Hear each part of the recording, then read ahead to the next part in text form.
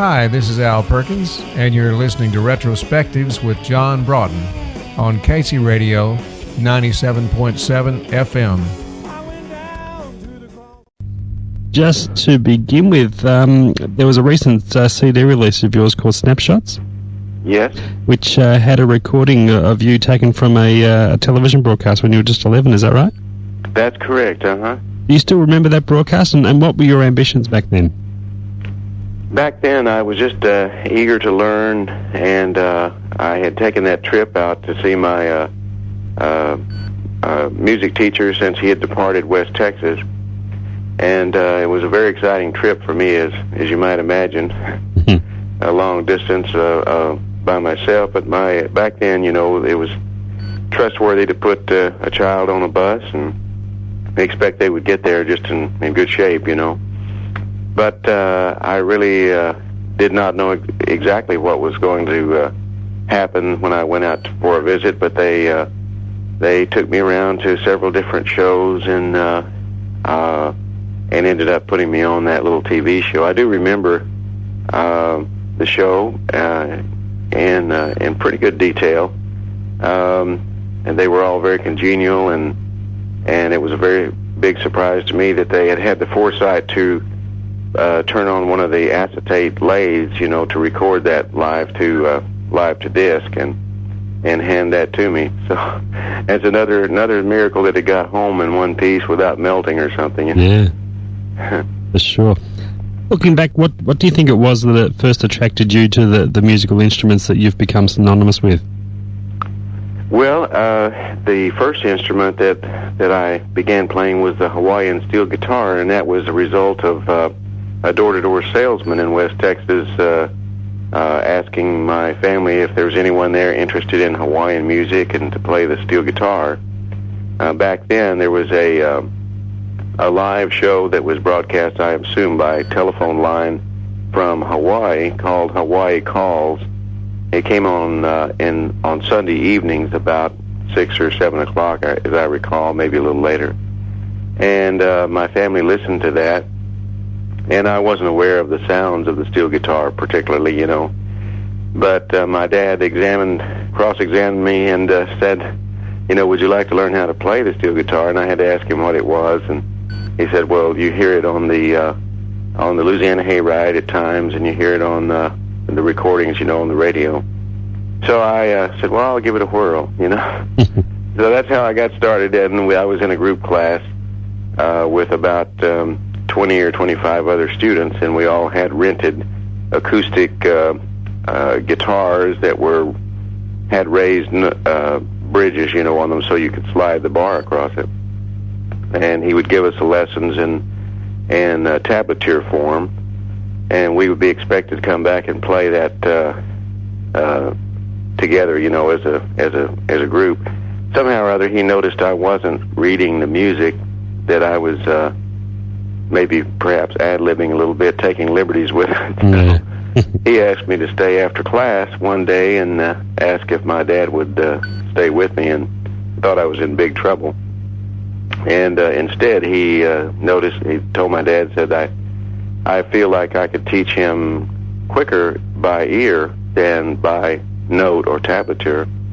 And if you could afford to have him take private lessons, I'd be happy to do that. So my dad, being a truck driver in West Texas, didn't make a lot of money at that time, but he did consent, and that was probably the turning point of my career, the encouragement that he and the teacher gave me at that time, and went on to play as a representative for the school, you know, as I gained knowledge, you know, of the instrument and everything. Yeah. Tell us about some of the early bands you were involved with in Texas, and how do you rate that time in terms of you getting your grounding as a musician? I think it was very important. I was sort of a late starter in doing professional music since I had the obligation for the Army in '68, and they gave me an early out, you know, because of the need to travel if I were going to, you know, continue that as a career. But speaking of the groups that I played in, it was very helpful just to learn how to play in a band and to play out for dances, and proms and things like that whenever I was in Texas early on. I didn't really start playing until I was in college for rock and roll bands. We had a little rock and roll band called the Mystics, and later had a singer come along, so they called it the Mystics 5, I think. And we did a recording, and I think one of the recordings that's instrumental is on the Snapshots album. Now, another outfit you're involved with a little later on was Shiloh. Right. We didn't hear too much about them, Danny. What can you tell us about that band? The band started off with a name called Felicity. I think it meant friendship. And they had the opportunity back in, must have been 69 or early 70, to play with Kenny Rogers' First Edition band in Memphis, Tennessee. Kenny took a liking to them and had offered them a recording opportunity if they would come to Los Angeles. So at that time, Kenny's wife was able to do some booking for the group, so had them set up to play some ski resorts in the off-season during the summertime in Vail and Steamboat Springs and a couple of the places like that. And they had come around where I was playing in Dallas, Texas at the Rickshaw Club, and knowing that I had a steel guitar, the band had bought a Fender 400 to just put on the stage and use as a novelty, really. We'd play maybe a Johnny Cash song in a set, and I'd play steel guitar, which ironically, Johnny Cash, I don't think ever used steel guitar. No. But these guys in Felicity would come around, and they were trying to talk me into playing with them. So they would come in late from playing a fraternity gig and just stand around the dance floor in front of the steel guitar waiting for me to play and sort of give me the eye, So I finally consented to go rehearse first with them up in the East Texas area where they were from, near Linden, Texas. And I sat down to play with them, and it seemed like it was all very familiar from my past. I had a lot of country music in my past, and these were long-haired guys that should have been playing heavy rock and blues and things that were popular, and they were so venturesome to engage themselves in like country rock type music, very early on. They were listening to albums like The Sweetheart of the Rodeo and Linda Ronstadt and the Dillards, particularly. I remember Wheat Straw Sweet being one of their favorites. Oh, yeah. So I felt so good with it. I said, if you're going back to California, I'd been out there once in '68 with a group that wanted to record, and we got kind of tied up with a showbiz type manager who wanted us to do dance steps and all dress alike, So I lost that job, came back to Texas and played with another group in Texas called Fox, and that's where Shiloh guys found me. And after they got out to California, they changed their name to Shiloh and did the recording, and we did quite well regionally in certain areas. There was quite a bit of airplay on a couple of releases there, but it wasn't enough to sustain us. I was married at the time, and so I had the opportunity to audition for Sneaky Pete's place in the Flying Burrito Brothers, and so I took that opportunity and auditioned on a Saturday and was gone on the road on the next Monday or Tuesday. Were you a big fan of the Burrito Brothers beforehand? It's strange enough, most of the groups that I ended up playing with the most, I had not followed very much, and so I wasn't too aware of the Flying Burrito Brothers. I was still listening, to a lot of the rock groups, and I had sort of gravitated to the pop rock scene, more than country at that point. However, the group in Texas that bought the steel guitar sort of got me interested again in listening to people like Tom Brumley who was playing with Rick Nelson's Stone Canyon Band, and I guess that was one of the major influences for me to get back playing steel guitar. I said if I'm going to play it again, that's the way I'd like to play it,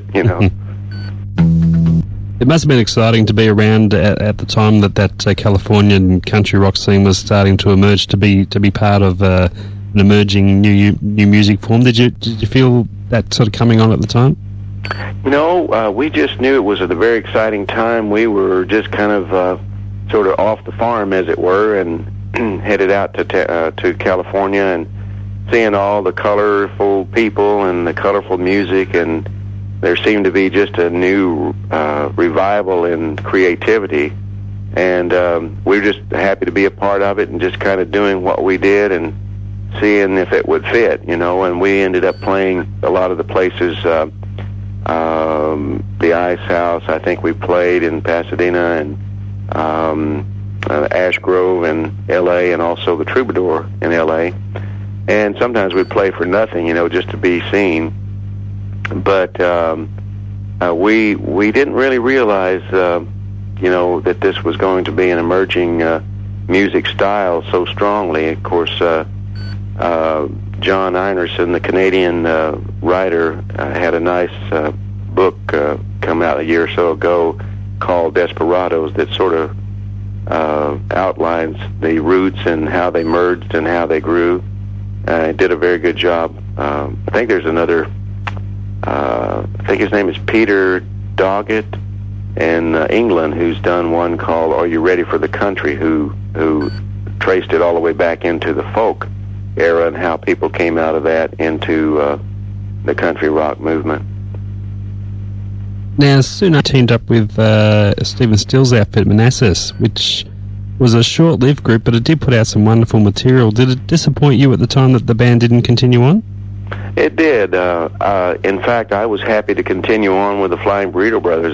That was the first proper touring group that I was a part of, and I was having a ball, and I think we only did the one recording, which is the live Last of the Red Hot Burritos. That's right.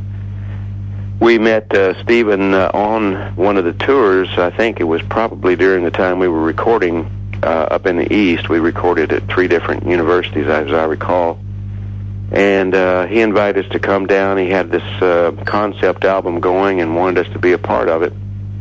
And we went down and, we had just all this mixture of different backgrounds from the musicians involved down there. We had classically trained pianist and a bass player from Antigua, and salsa, percussionist Joe Lala, and and Chris from his basic roots were the Byrds, and before that bluegrass and folk. And Stephen came from that same type of blues and folk, and Dallas Taylor, I'm not sure of his background, but I came from the country music side of things, and it just all sort of gelled. But amazingly enough, that group is still noticed and still written about. Some of the English music magazines I've noticed keep that in the forefront of their oldies reviews, You think, looking back, it probably was a band that was a little bit ahead of its time? Say that again, I'm sorry. Looking back on it now, do you think it was a band that was perhaps a little bit ahead of its time? Perhaps, yeah.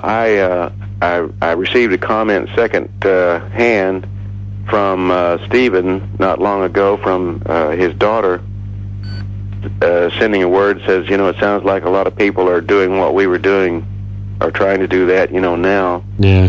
Which is probably true. I know that some of the Stones were friends of Stephen. They have nice things to say about the group, and Dan Fogelberg always said that was one of his most influential groups, and so he had used a lot of the band, for some of his recordings. He also worked with Richie Fury, J.D. Souther, and Chris Hillman when they teamed up together as a trio. I've spoken to Richie in the past, and he looks back on that project as something that was maybe a little contrived and forced together, and although he had great respect for the others, he never really felt right for him. Could you sense that feeling amongst the group? A little bit, perhaps, toward the ending of the second year, when it ended. I think probably the people at Asylum were trying to do another Crosby, Stills and Nash, that type of idea. Yeah. And I thought it was a great idea, and of course I continued on with Chris into that group. I think it had great potential. I think we lost Jim Gordon, after the first album, and he had some problems too. But I think that the sound of the records and the songs had great potential, and I think when people got wind that the group was thinking of folding up, the second album was just, it didn't do what it could have done, Yeah. What are your memories of your work with Graham Parsons? All favorable. He along with Stephen Stills, everyone treated me with a great deal of respect and allowed me to play what I felt, on the records, and he was always very kind to me and complimentary, and said he wished I had been a part of the Flying Burrito Brothers when he was in there. He said perhaps the group wouldn't have split up had I been there, but I don't know if that was true or not. But I enjoyed working on his solo records, and that's where I got close to the TCB band through that too. Yeah. Do you think we ever got to hear the best of what Graham Parsons was capable of? Boy, that's a great question. I think had he not been involved in some of the drugs and things, I think probably you would have seen some more brilliant performances and writings, I think, too. And not to take away from Chris, who was co-writer on much of those songs. Yeah. I think that toward the latter couple of years of maybe 3 or 4 years of his career, he began to drink a little heavier and things, and that probably was not helpful for him to proceed as much as we'd hope for. Now, the list of recording sessions that you've done over the years is as impressive as anybody's, and I guess a very memorable one for you would be the Exile on Main Street album, The Stones. Oh, yes. How did that one come about for you? We had become related to the Stones by way of Stephen Stills, and Bill Wyman had played on a couple of tracks, I believe, and I'm not sure. It seemed to me like Charlie Watts might have played on one of the tracks as well, and I don't know if that was included, but they had a fairly nice relationship, and we were invited to go see their show in Denver while we were staying up in the Boulder, Colorado Boulder, Colorado area, recording for the Manassas records, and they invited us to come down and then for dinner after the show. And then after that, I believe it was not long after that till I got the call to come down and do an overdub on the Exile tapes that were brought in from France. And I believe Jimmy Miller was there, and Glenn, I believe, was engineering. And it was a pretty interesting scene there. It was just me overdubbing the steel on a song, and Keith, I think, had still had one of his front teeth kind of cracked or missing there, and he was sort of dressed like a buccaneer, and had everything but the sword. It looked like he had the frilly shirt and a piping vest and the parachute pants and all that, and his wife Anita was expecting their child, and it was just at the beginning of the disco era where the spandex was coming in. Oh yeah. And I recall she had this this really brightly colored yellow and black rings around her like a bumblebee, and which accentuated her pregnancy. It was quite They looked like they might have come from a masquerade party or something. But Mick was dressed, I think, just normally in street clothes and things, and they didn't have a vocal for me to play to, and I asked if they did have one. They said, well, Mick's going to sing the song for you.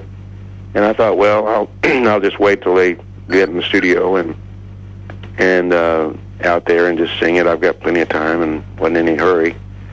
But that wasn't the idea. He wanted to have a hand mic in the near the console in the control room where I was sitting, and he sang it each time we took a take. And I believe it was probably for the effect of having a live performance, because he was doing his dance routine and sort of dancing around the steel and trying to encourage me to play out, you know. The ironic thing about it is that I had just purchased Tom Brumley's steel guitar, which had 3 more strings. They were closer together and higher off the fretboard, and about a multitude of knee levers that I was still getting used to. I'd only had it for a couple of weeks, so I had to play it fairly safe on that recording. Torn and Frayed was the track you played on, wasn't it? Beg your pardon? Torn and Frayed was the track you played on, wasn't it? Yes, Torn and Frayed, that's correct. Yeah. That seems to be a mainstay, that record, for them as well. It seems to be one of their more recognizable albums, which is pretty neat. Absolutely. To the other end of the scale, do you recall any nightmare recording sessions that you wish you just hadn't done? Oh, well, the first one, probably the only one that comes to mind, was I was doing a call to do a session for let's see, who was the Cohen? What's it? Leonard Cohen. Oh, Leonard Cohen, yeah. Yeah, and I thought, well, this is going to be real interesting, you know, and I was familiar with his writing and stuff. But Phil Spector was producing, and little did I know his mode of operation, but we were called for a 7 o'clock session in Burbank Studios over there, and Phil didn't arrive till after midnight, as I recall, and began promptly to turn the speakers up as loud as they would go in a control room, at which time I left to go out on the sidewalk. And of course he wore his gun, you know, and thing, and we had a whole small orchestra sitting there and waiting to record, and I think we got in there and recorded maybe 2 or 3 songs until about 4 or 5 o'clock in the morning, maybe later. I think I got home later. Course, 6 or 7 probably, but I remember that being a very unusual. I thought, well, surely they'll pay us for the time we were there, but I think I got a check for 1 session, you know, and that was it was not exorbitant, to say the least. Oh dear. Yeah, it was kind of crazy. Now, another artist that you've worked with extensively at various times over the years is Emmylou Harris. Yes, we've been friends for a long time, ever since the Graham Parsons sessions and things. And well, actually before that, because I believe the fella who would be credited for discovering her, at least in our circle, would be Rick Roberts, and he had taken Graham's place in the Flying Burrito Brothers, as you know. We were playing at the Cellar Door in Washington, D.C. This would have been probably 71, I guess. And he asked Chris to come down and listen to a girl that's singing down in the club in the D.C. area. And Chris just really liked the singer, and told his manager, Ed Tickner, that he'd like to do some recording with her.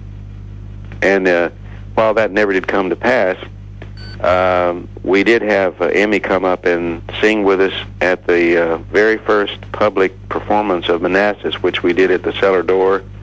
As I recall, it was sort of semi-acoustic, and she sang with us. I wish there was a recording of that, or somewhere there's bound to be pictures of that, I'm sure.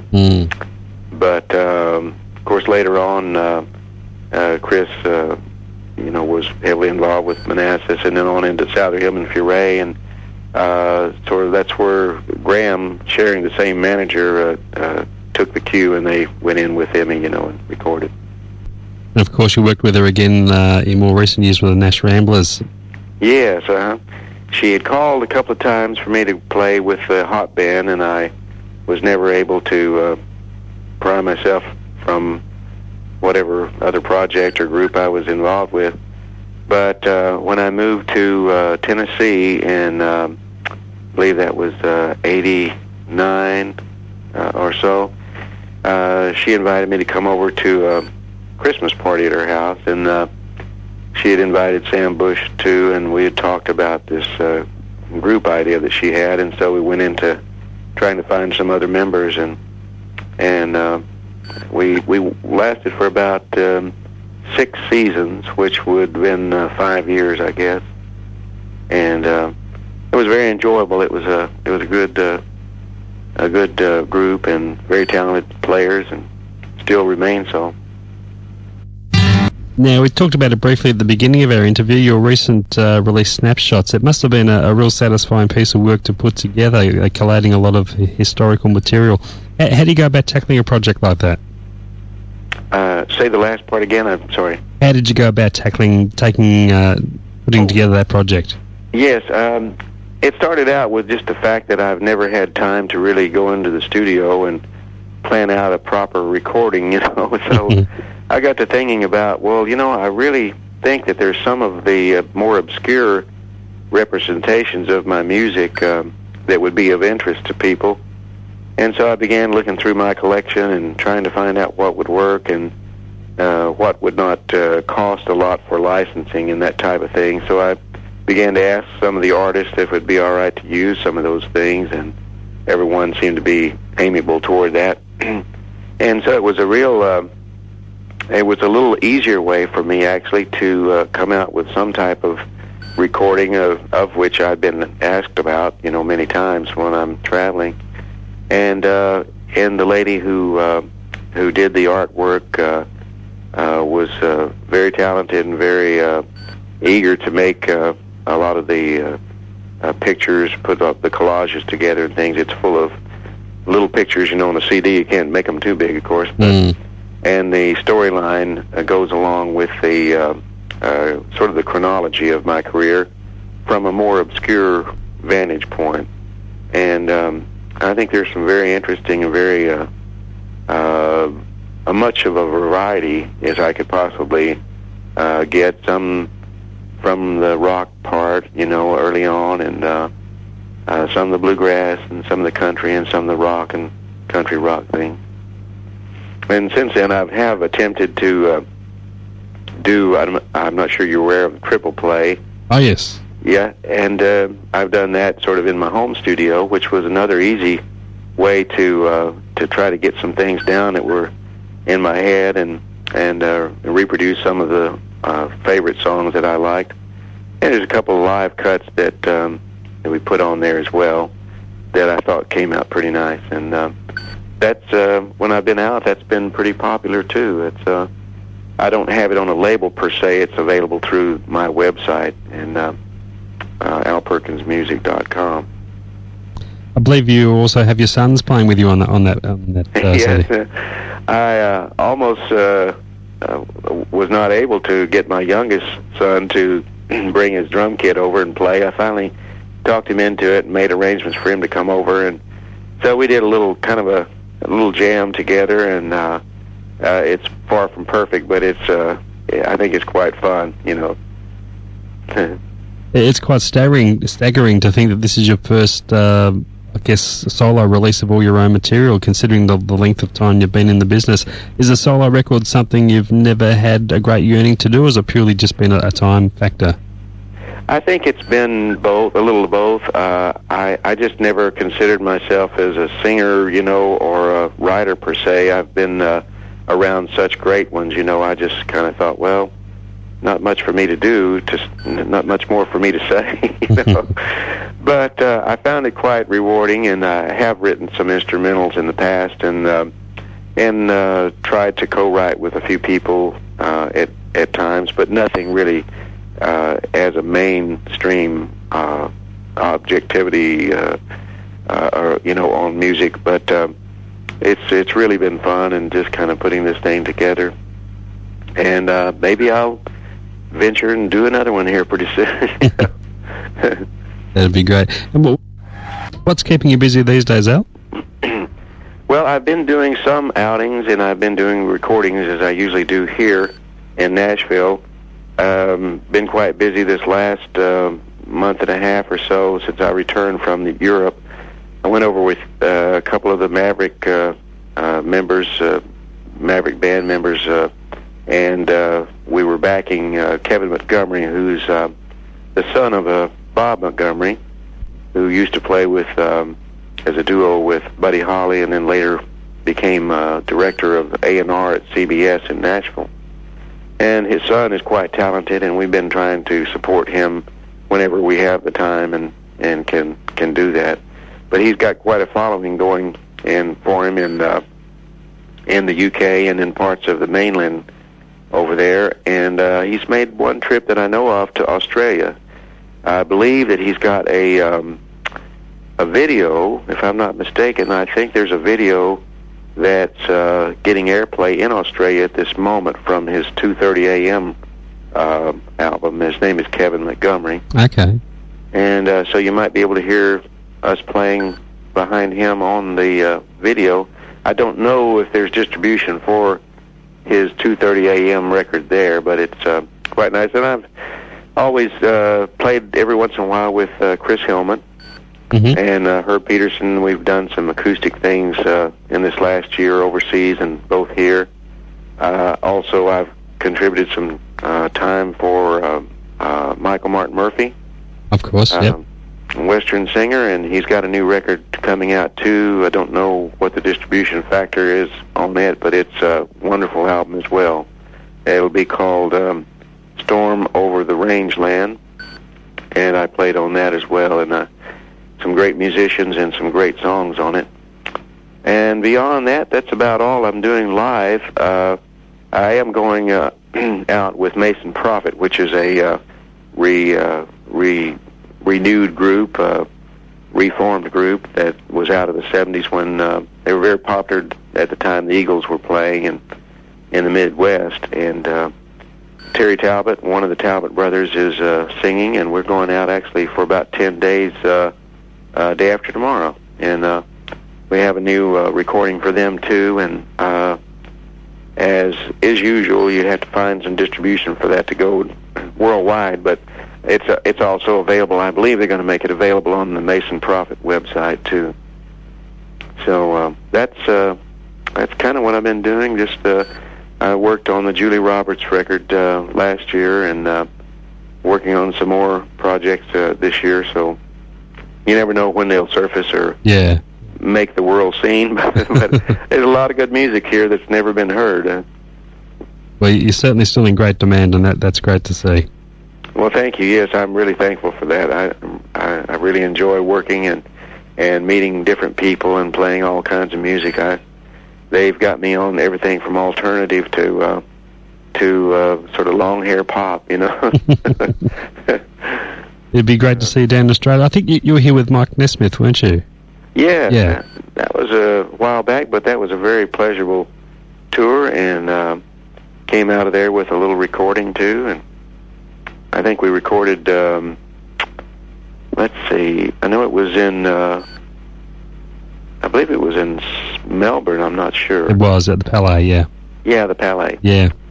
Yeah, I haven't spoken with him recently, but he certainly took what he learned from Australia there, and he started the thing called Pop Clips, you know, where he was noticing a lot of groups that couldn't afford to come down to Australia would send clips of some kind down there, or the media was getting them somehow.